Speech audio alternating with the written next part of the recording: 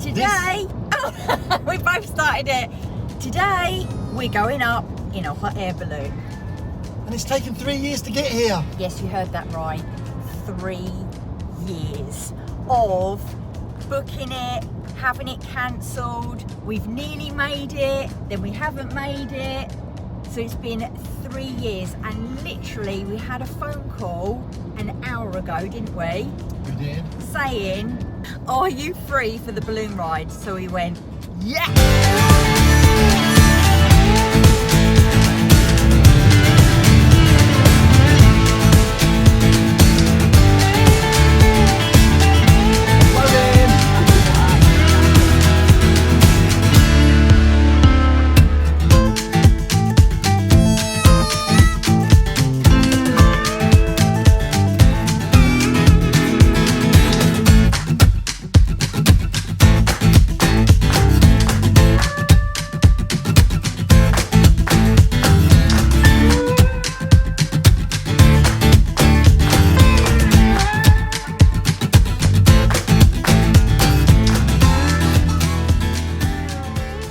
And then 45 minutes later, we arrived at Chilston Park Hotel.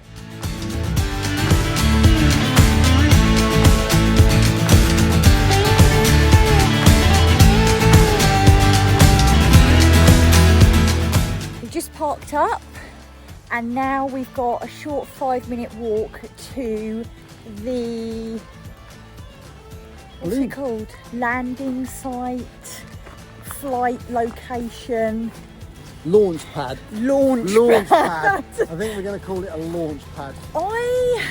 When they called us, I don't know about you, Bro, but I was a little bit sceptical because it's cloudy, but the clouds are quite high. I've seen better conditions. In my expert opinion of being a balloon flight, I've been up once. Yeah. And I've got an expert opinion about it.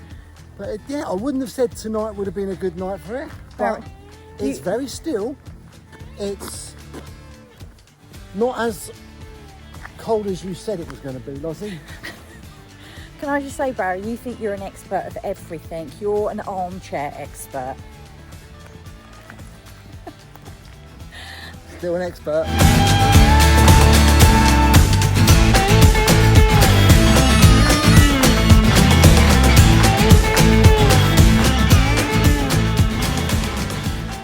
Our balloon arrived and we headed into the field to get all set up, but we couldn't wait to get in that basket for our first ride. Yeah, rather than walking to the site, we've opted to be in the back of the trailer. So with all today's technology, Chris, our pilot, releases one of these black balloons into the sky just to determine our direction, where we're going to be flying, and fingers crossed, hopefully understand where we're going to land.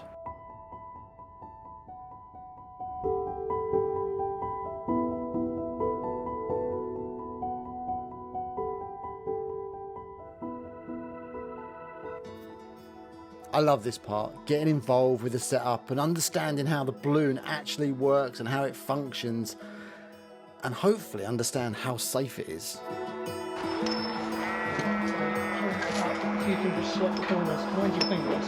You're just going to slot them through customs.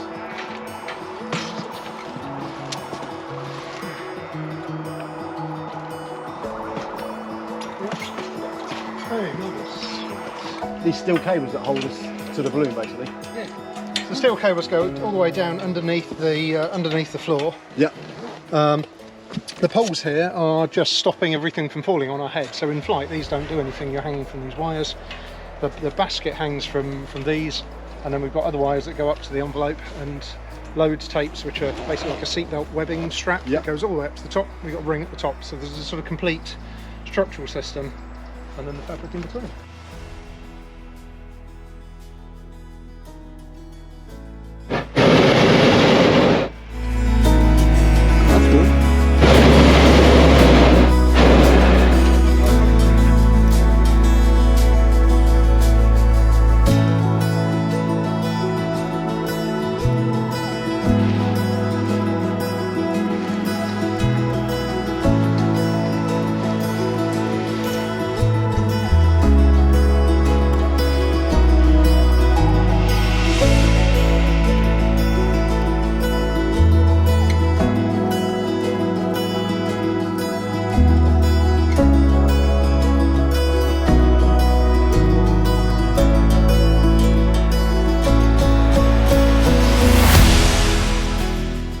we're just taking our time to open up the envelope so we can actually get ready to get those big fans in, get those big blowers on to fill this balloon up with some lovely hot air.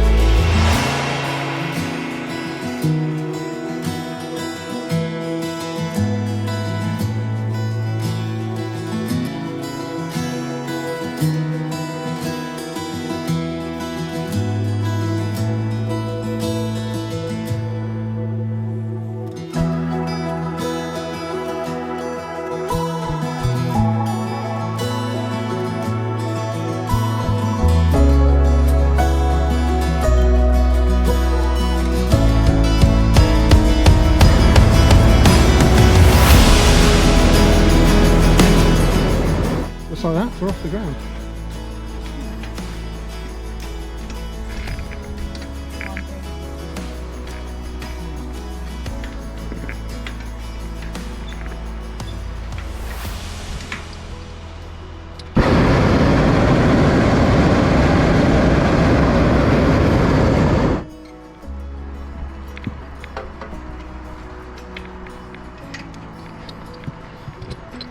This gives me whether we're going up or down, what altitude we're at. Yeah. And then down here we got a map. That's your sat nav. It shows us, yeah, kind of.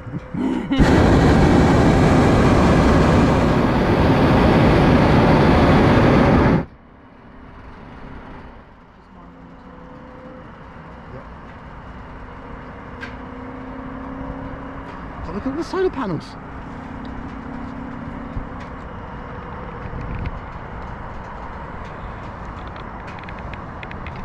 That's where we were. So we've got two burners. We've got this one, which is our main burner. This one, which is a prettier one. Oh. Is that just different heat, is it? Yeah, so it's less noisy. Yeah. So it's referred to as a whisper or a cow burner, and we use it to be quiet near animals, really. That is, isn't it?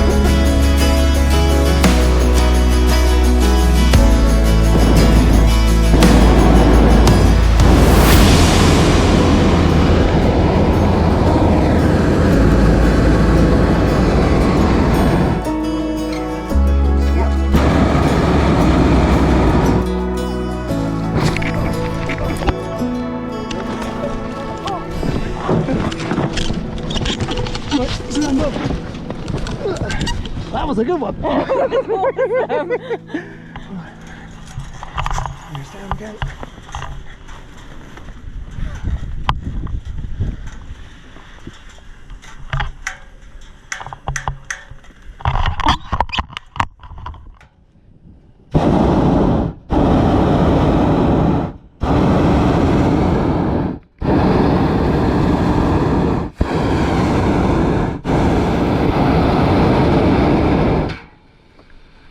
Barbed wire fence. Yeah.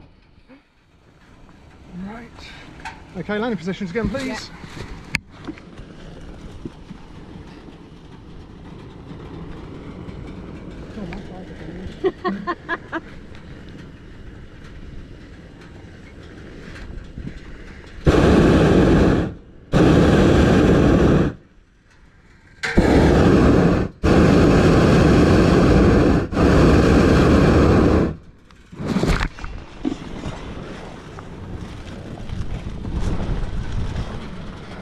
You're good, Lottie. Yeah, your hat is gone. That's cool.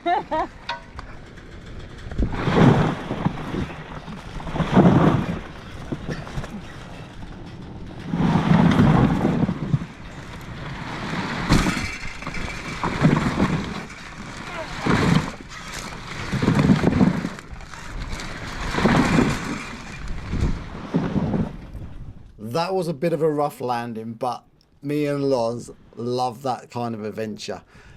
We finally got the balloon down on the ground. I had to jump out and grab the cord at the top of the balloon just to help deflate the envelope.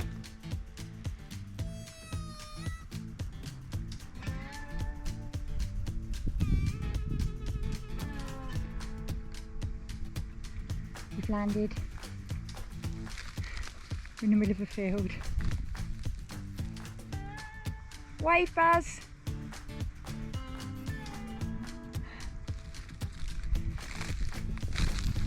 We just landed in the middle of a field.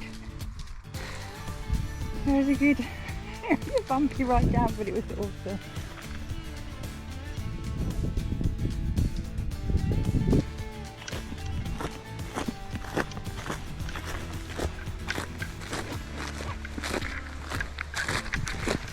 What's wrong?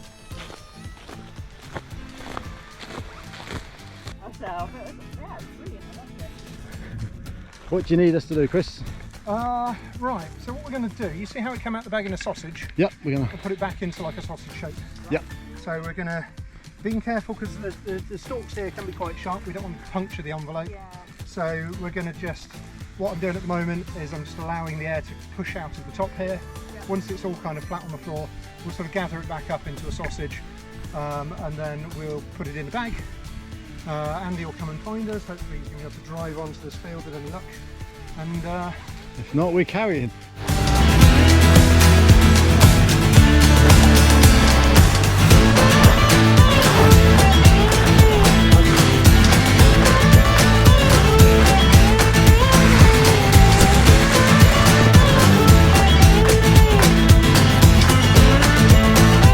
Well, was it worth the 3 years wait? Most definitely. It was so worth it. And sometimes life throws these lessons our way, so we've got to learn patience sometimes. But Chris, from start to finish, was just phenomenal. He explained everything about the balloon, how it was constructed, how safe it was, and even down to how we fly it. Or I say we, the royal we. Chris done the flying, I was just a spectator. Different thermal levels as you go up through the sky. The wind changes direction, so if you want to go a little bit left, we go a little bit higher. If you want to go a little bit right, we go a little bit lower. But also, it explained the history of the balloons. Because balloon flight was the first way of actually humans flying, they carried a bottle of champagne with them.